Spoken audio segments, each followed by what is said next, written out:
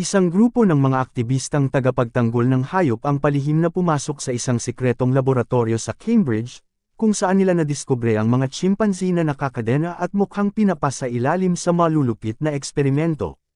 Isa sa mga aktivista ang nagpilit na pakawalan ng isang chimpanzee, sa kabila ng mariing babala ng isang siyentipiko na ang mga hayop ay nahawahan ng isang lubhang delikado at lubhang nakahahawang virus na tinatawag na rage virus. Pagkalaya ng hayop, agad nitong inatake ang aktivista. Sa loob ng ilang segundo, nahawa ito, naging marahas, at agad na umatake sa iba pang kasamahan. Ang rage virus, na nakahahawa sa pamamagitan ng dugo o laway, ay mabilis na lumaganap. Sa loob lamang ng ilang araw, bumagsak ang buong lipunan ng Great Britain. Wala ng pamahalaan, walang militar, at ang mga lansangan ay pinamuguri ng mga nahawa ang nilalang na tila mga halimaw. Pagkalipas ng 28 araw, isang lalaking nagngangalang Jim, isang bicycle courier, ang nagising mula sa koma sa loob ng St. Thomas Hospital sa London. Hindi niya alam ang nangyari habang siya'y walang malay. Sa kanyang paglabas ng ospital, tumambad sa kanya ang isang nakakatakot na tanawin, walang tao, abandonado ang mga kalsada, at tila pinangyarihan ng digmaan ang buong lungsod. Habang naglalakad-lakad sa mga lansangan, napansin niyang ng basura ang mga kalye, sira ang mga gusali, at may mga pahayagang nagsasabing nagkaroon ng mass evacuation. Sa kanyang paghahanap ng mga sagot, pumasok siya sa isang simbahan kung saan bumungad sa kanya ang mga patay na katawan ng mga tao. Doon, unang beses siyang nakasalubong ng mga infected, mga taong nawala ng katinoan at pinapatakbo ng galit. Siya ay tinangkang patayin ngunit naisalba ng dalawang nakaligtas, si Selina, isang matapang at praktikal na babae, at si Mark, ang kanyang kasamahan. Dinala ni Selina at Mark si Jim sa kanilang tagwan sa isang abandonadong tindahan. Ipinahayag nila ang katotohanan, halos wala ng buhay sa London, at ang mga infected ay sobrang delikado. Sa kabila ng panganib, nakiusap si Jim na puntahan ang dating bahay ng kanyang mga magulang sa Deptford upang malaman ang kanilang sinapit. Sa kanyang pagdating, nadiskubre niyang nagpakamatay na ang kanyang mga magulang, iniwan siya ng sulat na may pamamaalam at pagmamahal. Nagdesisyon ang grupo na manatili muna sa bahay ng isang gabi. Subalit sa gabi ring iyon, nagliwanag si Jim ng kandila, hindi niya alam na makakaakit ito ng mga infected. Sinalakay sila ng mga ito at sa gitna ng laban, nasugatan si Mark. Sa takot na ito ay mahawahan at maging isa sa mga halimaw, agad siyang pinatay ni Selina. Doon niya ipinaliwanag kay Jim na hindi siya magdadalawang isip na pumatay, kahit kaibigan, kung kinakailangan upang mabuhay. Habang naglalakad sa lungsod, napansin ni Jim at Selina ang isang makeshift signal na nakalagay sa tuktok ng Balfron Tower.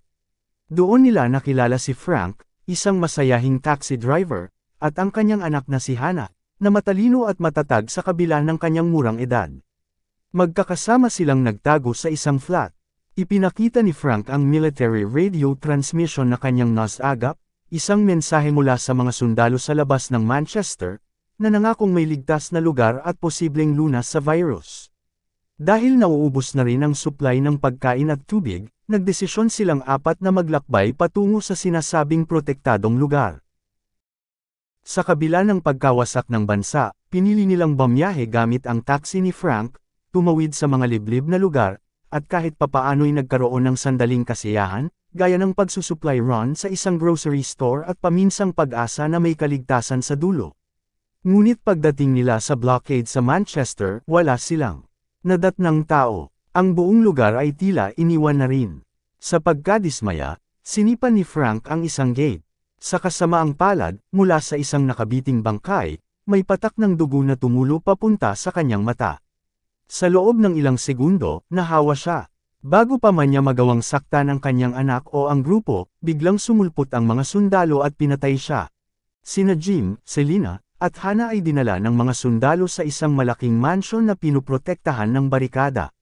Pinamumunuan ito ni Major Henry West, isang matalinong ngunit mapanganib na leader. Sa unang tingin, tila ligtas ang lugar. Pinakain sila, binigyan ng matutuluyan, at tila may kaayusan. Ngunit sa kalaunan, lumabas ang tunay na motibo ni West. Ipinagtapat niya kay Jim na ang broadcast ay ginawa upang pinan ang mga babaeng nakaligtas, gagawin silang alipin para sa sexual na reproduksyon, sa paniwalang ito ang tanging paraan upang muling buuin ang populasyon. Tumutol si Jim at maging si Est. Farrell, kaya iniutos ni West na patayin sila. Habang papatayin na, nakahanap si Jim ng paraan upang makatakas. Nakakita siya ng contrail ng jet sa langit, patunay na may mga tao pa sa labas ng Britain, at may tsansa pang makaligtas. Bumalik siya sa mansion at pinakawalan si Private Miller, isang infected na sundalong ginamit sa eksperimento. Nagsimula ang kaguluhan sa loob. Habang nagkakagulo, pinatay ni Jim si Corporal Mitchell na nagtatangkang gahasain si Selina. Sa sobrang brutal ng kanyang pagkilos, natakot si Selina na baka nahawa na rin si Jim. Ngunit nang makitang wala siyang sugat, hinagkan niya ito, isang senyales ng pag-asa at pagkatao sa gitna ng kabaliwan. Tatlo silang sumakay sa taxi upang tumakas, ngunit nakatago si Major West sa likuran. Binaril niya si Jim sa tiyan. Bilang ganti, pinatakbo ni Hannah ng paatros ang taxi, ibinuyang si West sa mga infected, at pinatay siya ni Miller. Mabilis silang tumakas. Sa isang liblib na cottage sa Cumbria, nagpapagaling si Jim habang sina Selina at Hannah ay abala sa pagtahi ng malaking tela na may nakasulat na, "Hello."